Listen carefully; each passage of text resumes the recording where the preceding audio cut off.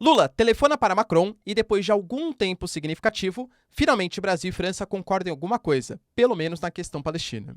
Notícias também relacionadas ao plano que o Galã, ministro da Defesa de Israel, compartilhou acerca de como será a ofensiva na faixa de Gaza, com 3 fases bem específicas, e também o Hamas, ali estabelecido na faixa de Gaza, faz a libertação de 2 reféns e faz uma mediação com o Catar, pedindo um cessar-fogo. Será que Israel aceitará esse pedido do Hamas? Notícias, pessoal, também relacionadas ao governo Biden, que faz um pronunciamento bastante efetivo à população americana e pede ajuda financeira para a Ucrânia e também para Israel, garantindo que isso é uma preservação do Estado americano, inclusive chamando os Estados Unidos de o farol do mundo. Rússia não concorda com as declarações, inclusive porque, em algum grau, houve uma comparação do Putin com Hamas e fala que tudo isso não passa de investimento dos Estados Unidos. O eixo da resistência liderado pelo Irã passa a fazer ataques mais significativos, principalmente a partir do Líbano, de Hezbollah, mas também com o Irã telefonando para a Turquia e até mesmo a autoridade palestina, que tinha um tom mais moderado, compartilha uma carta pedindo para atacar os judeus. Se vocês querem entender um pouco mais sobre esses assuntos, e muito mais também sobre geografia, geopolítica, atualidades, política, polêmicas, enfim, tudo para você se manter sempre bem atualizado, já se inscreve no canal, deixa seu like e compartilha esse vídeo, que eu, professor Ricardo, conto muito com a sua ajuda. Belezinha? Pessoal, recado rapidinho aí pra vocês. Você que acompanha o meu canal pode reparar que várias das fontes que eu trago aqui pra vocês são fontes de mídia de língua inglesa, porque a notícia primeiro sai em inglês, para depois alguma mídia brasileira fazer a transcrição para o português. E nisso você acaba perdendo a notícia ali no momento em que ela saiu e, claro, também tem algum tipo de impacto na hora de fazer a transcrição. Ou seja, eu no passado ter aprendido a falar inglês fez com que hoje eu fosse um profissional muito mais completo e conseguisse produzir vídeos muito melhores e atualizados para vocês. Hoje, por exemplo, eu percebo que uma deficiência é a parte da fala. Eu consigo ler muito bem e interpretar muito bem, mas agora falar, me comunicar, eu confesso que eu ainda não sou muito bom. E é por isso, independente do nível que você esteja, tá? Que eu recomendo que você ouse dar o primeiro passo e começar a aprender a falar inglês. Isso vai fazer toda a diferença na sua vida pessoal e profissional. Eu utilizo a melhor plataforma de inglês online do Brasil, que é o Cambly. O Cambly, ele te oferece, pessoal, oportunidade de aulas em grupo, aulas individuais. O nível, você que escolhe também. Você, por exemplo, pode adequar de acordo com a sua preferência. Pô, quero um caráter mais empresarial, quero mais uma discussão, quero aprimorar minha fala. Ou então, por exemplo, vai fazer um intercâmbio para a Austrália. Cara, existem professores tutores de língua nativa inglesa da Austrália. Eu, por exemplo, hoje tive aula com um professor que era australiano, mas que vivia em Gana. Dá uma olhadinha aí, ó. Live in Ghana. If you look on the map, Ghana and Brazil face each other. It's not too far. I'm a geography teacher, and I teach geography and geopolitical in YouTube. So have you traveled around Brazil before? I never go to Amazonia. It's very far Yeah, from I've São never. Paulo. Yeah, you could say I've never been. It's I what I say, never I've been. never been. I never Yeah, been in yeah. Amazonia. It's very far from São Paulo. Então, pessoal, ouse dar o primeiro passo. Vai fazer toda a diferença na sua vida pessoal e na sua vida profissional. O Cambly eu indico demais, porque é a plataforma que eu uso, tem a oportunidade de ser parceiro também da marca. Sensacional! E eu consegui para vocês um cupom exclusivo, pode ser tanto pelo QR Code, como também nos comentários, ou no primeiro link aqui fixado, que é um descontaço especial com planos a partir de R$ 59,00 por mês, para você fazer toda a diferença, não só no presente, mas também no futuro da sua vida profissional. Aproveita lá, pessoal. Sensacional. Conto com vocês. Então vamos lá. A gente teve, né, uma ligação então entre Lula e Macron, em que basicamente os dois eles se ressentiram um pouco acerca da recusa dos Estados Unidos de assinar a declaração que o Brasil colocou na Assembleia, na verdade não na Assembleia, né, mas no Conselho de Segurança da ONU, que, lembrando, tiveram 12 votos favoráveis, inclusive o da França, que é um aliado de Israel.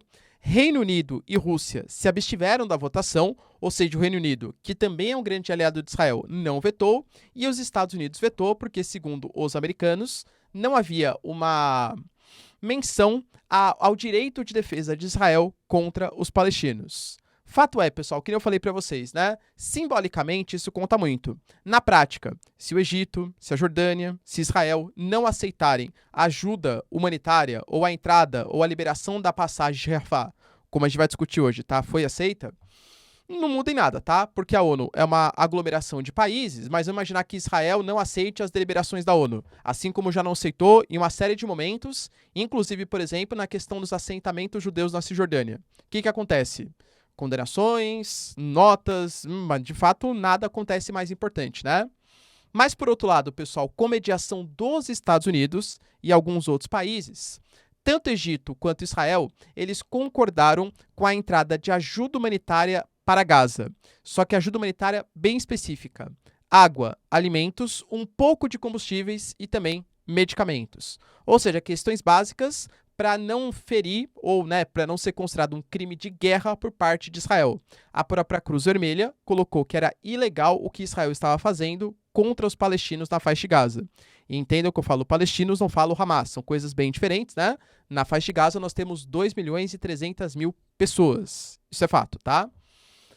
Houve, então, a promessa do Egito da entrada de alguns caminhões que já começam a se aglomerar com essa ajuda humanitária, mas aparentemente só vai acontecer no sábado. Eu gravo esse vídeo na sexta, então possivelmente amanhã.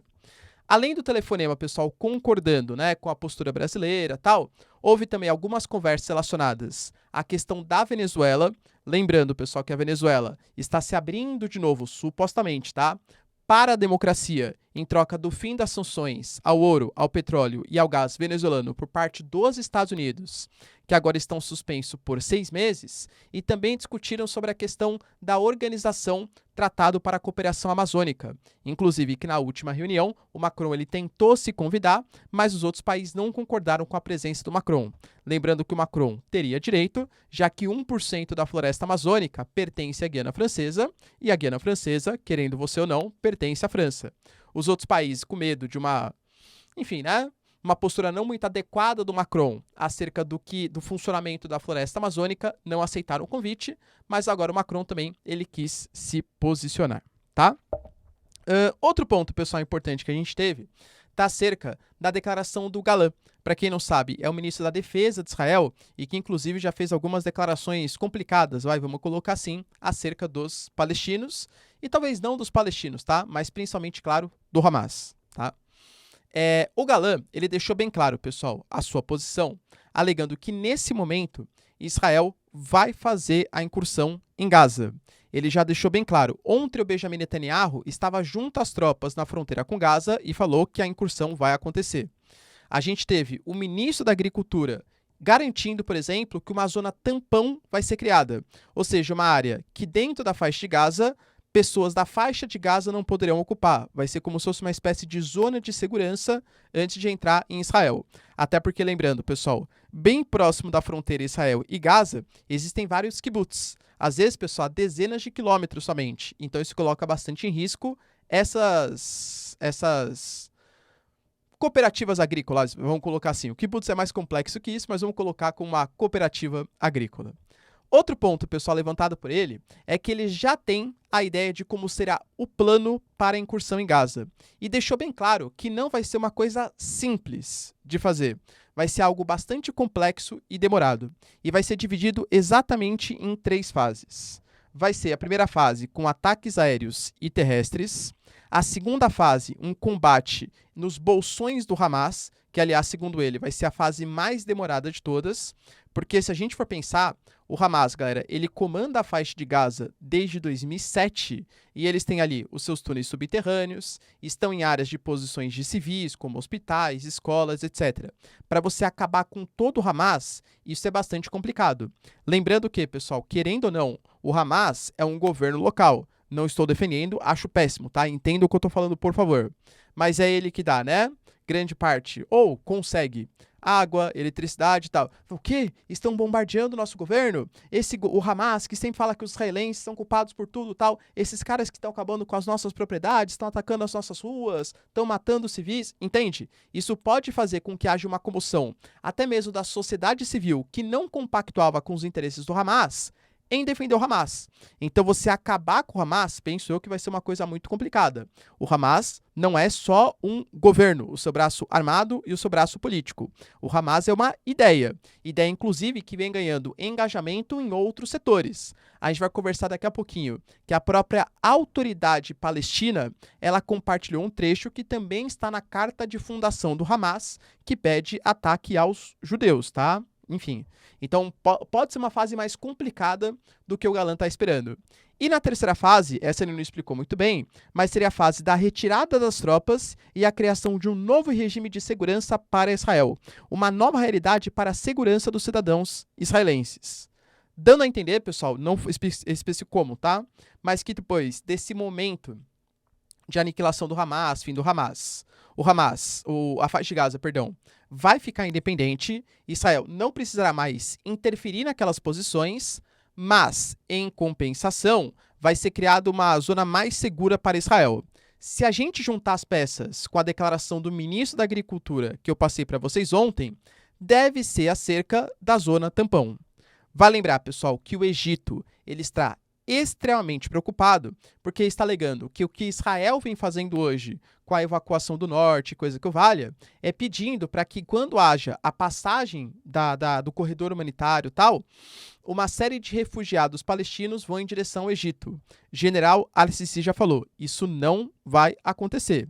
Se a intenção de Israel é fazer com que os palestinos da faixa de Gaza abandonem aquelas posições, a gente já teve Israel falando, por exemplo, que a faixa de Gaza vai reduzir em tamanho, isso não vai acontecer em direção ao Egito. De novo, pessoal, não acho que os egípcios estão preocupados com os palestinos de Gaza. Eles estão preocupados com a crise dos refugiados no Egito, que é um país que já passa por dificuldades econômicas. Ou seja, o Galán deu a entender que serão 3 fases aí da ofensiva israelense. E o próprio Hamas, aparentemente, ele começa a demonstrar preocupações e já pediu para o Qatar mediar mais de uma vez com os países ocidentais e com Israel um cessar-fogo em troca da libertação de alguns reféns. Hoje, por exemplo, o Hamas libertou uma mãe e uma filha, e há a notícia também que o Líbano, não o Hezbollah, mas o Líbano, também pediu um cessar-fogo de 48 horas para Israel.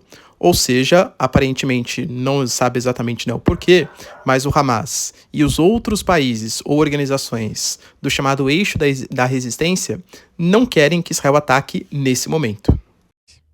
Lembrando, pessoal, que além de tudo, a gente teve também uma declaração do Biden, um pronunciamento que ele fez, bastante forte ali, tá, para a mídia americana, e que foi uma prévia do que viria a seguir, que é o pedido de ajuda financeira para a Ucrânia no valor de 60 bilhões de dólares e para Israel no valor de 14 bilhões de dólares. Grande parte disso em ajuda militar. Dentre os pontos mais importantes, não é uma declaração muito longa, tá, pessoal? Você pode acompanhar aí de boa em qualquer vídeo do YouTube, né?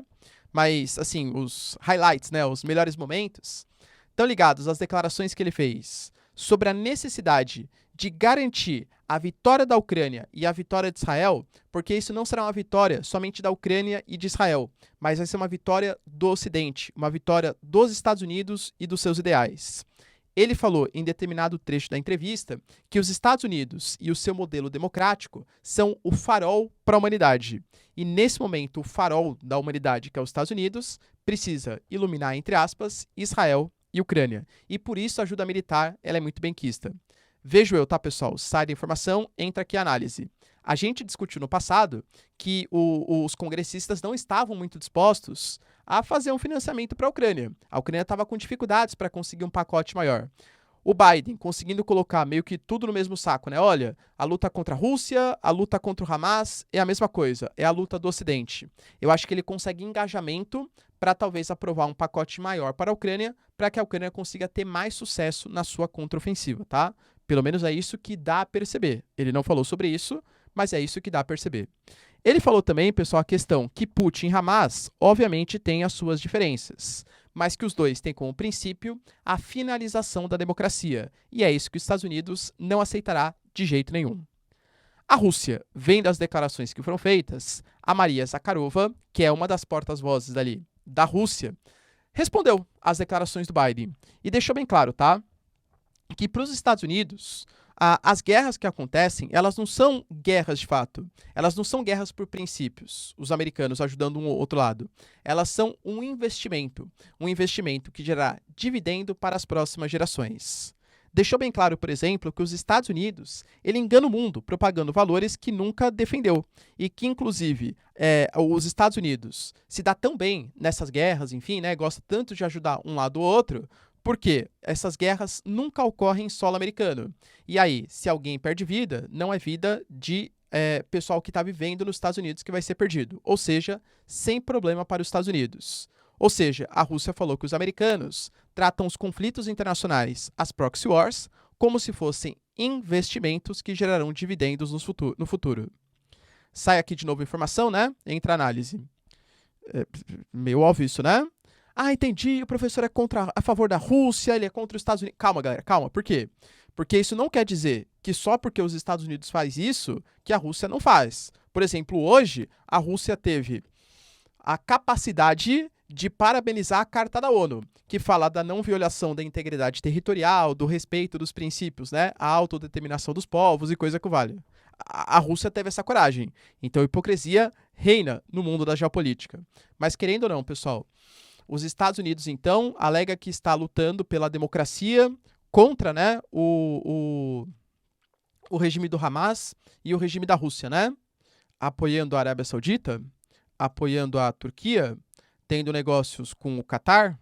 Cara, que tipo de democracia é essa, entenda? Então ele vai apoiar a democracia quando convém para ele, assim como a Rússia vai apoiar determinados governos quando for conveniente para a Rússia, tá?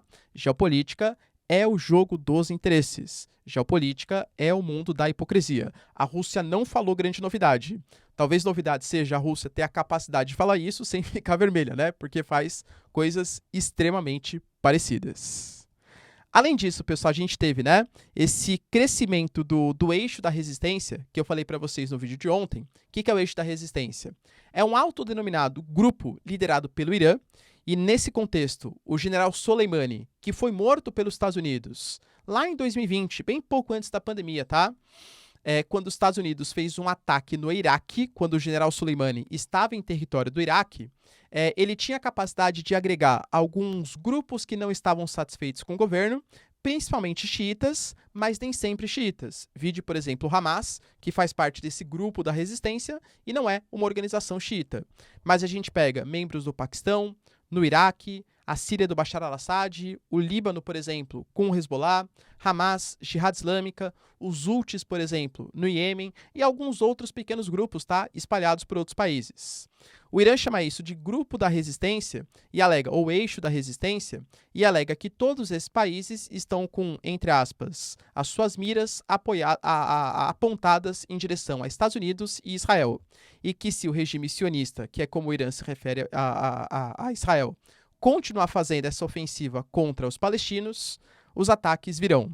A gente teve, por exemplo, o premier da Palestina pedindo para que os Estados Unidos não façam repasse de armas, porque só o repasse de armas e essa política que Israel tende a fazer a invadir Gaza, isso vai representar, segundo ele, tá, de 10 a 15 mil mortes de palestinos inocentes. E isso pode despertar, como até falei para vocês, a ira de outras pessoas que não viam Israel como necessariamente um inimigo, não que gostassem, mas aceitam a existência ou a coexistência de dois estados, o Estado de Israel e o Estado palestino. Ah, pessoal, e só deixando claro, tá? O Biden também deixou bem claro, na sua entrevista, na sua declaração, que ele apoia a criação de dois estados, um Estado palestino. Será que Israel aceitaria? E como seriam esses dois estados? Antes das fronteiras da Guerra dos 6 Dias, 67, devolveria território para o Líbano, território para a Síria, Jerusalém Oriental em direção aos palestinos? São todos pontos polêmicos, tá? Mas o Biden falou que deseja, sim, a criação de dois estados. Não falou exatamente como seriam, claro, esses dois estados, tá? Mas então, galera, o Irã, ele telefonou hoje para a Turquia e pediu uma aliança mais forte do mundo islâmico contra as atitudes de Israel e Estados Unidos. A gente teve, por exemplo, ontem manifestações no Líbano, ataque à embaixada dos Estados Unidos no Iraque, ataque à embaixada dos Estados Unidos na Síria e mísseis vindos do Iêmen, dos Houthis, que possivelmente estavam indo em direção a Israel. Um porta-aviões ali, né, uma embarcação americana, defendeu esses mísseis e impediu que ele chegasse ao território israelense. A gente teve, por exemplo, hoje Israel anunciando a evacuação da porção norte da fronteira com o Líbano, né? A regiãozinha de Kiryat Shimona, inclusive, vai ser desapropriada. A gente está falando, pessoal, mais ou menos de 20 mil pessoas, porque as trocas ali estão constantes entre Líbano e Israel. O Estado israelense vai bancar essas pessoas enquanto a guerra não acaba, mas depois essas pessoas vão voltar para lá. Até aí, galera, de verdade, a gente percebe que são grupos que são realmente mais extremistas contra Israel e Estados Unidos, e a retórica deveria ficar dessa maneira mesmo, né? O que preocupa são algumas outras declarações. Por exemplo, a gente teve um documento oficial hoje da autoridade palestina, que foi distribuída, tá, pessoal, para a Cisjordânia, para outras regiões aí de países árabes, que colocam um trecho que está também na carta de intenções do Hamas, que fala da destruição dos judeus, de árabes atacarem judeus. A questão desse eixo da resistência está tão grande contra o que eles chamam de imperialismo dos Estados Unidos, de Israel e tal, que a gente teve, por exemplo, a França, que é o país, talvez um dos mais, né, que tenham islâmicos na sua composição populacional na Europa, colocando o exército nas ruas por medo de atentados, tanto contra islâmicos como também, possivelmente, dos islâmicos. A gente teve, pessoal, por exemplo, hoje, na verdade ontem, os Estados Unidos colocando em situação de emergência todos aqueles que são norte-americanos, estadunidenses, e não estão localizados em território dos Estados Unidos, alegando que eles são alvos mais possíveis de atentados. Ou seja, o mundo está entrando numa tensão gigantesca e a gente já teve declarações contra esse eixo da resistência. Estados Unidos falando para eles não fazerem isso em tom de ameaça e Israel garantindo que se o Líbano continuar atacando, eles vão voltar para a Idade da Pedra. Beleza, pessoal? Deu para entender os principais acontecimentos? Se vocês curtiram o vídeo, então, já deixa seu like, se inscreve no canal. Tamo junto, beijos, abraços e tchau, tchau.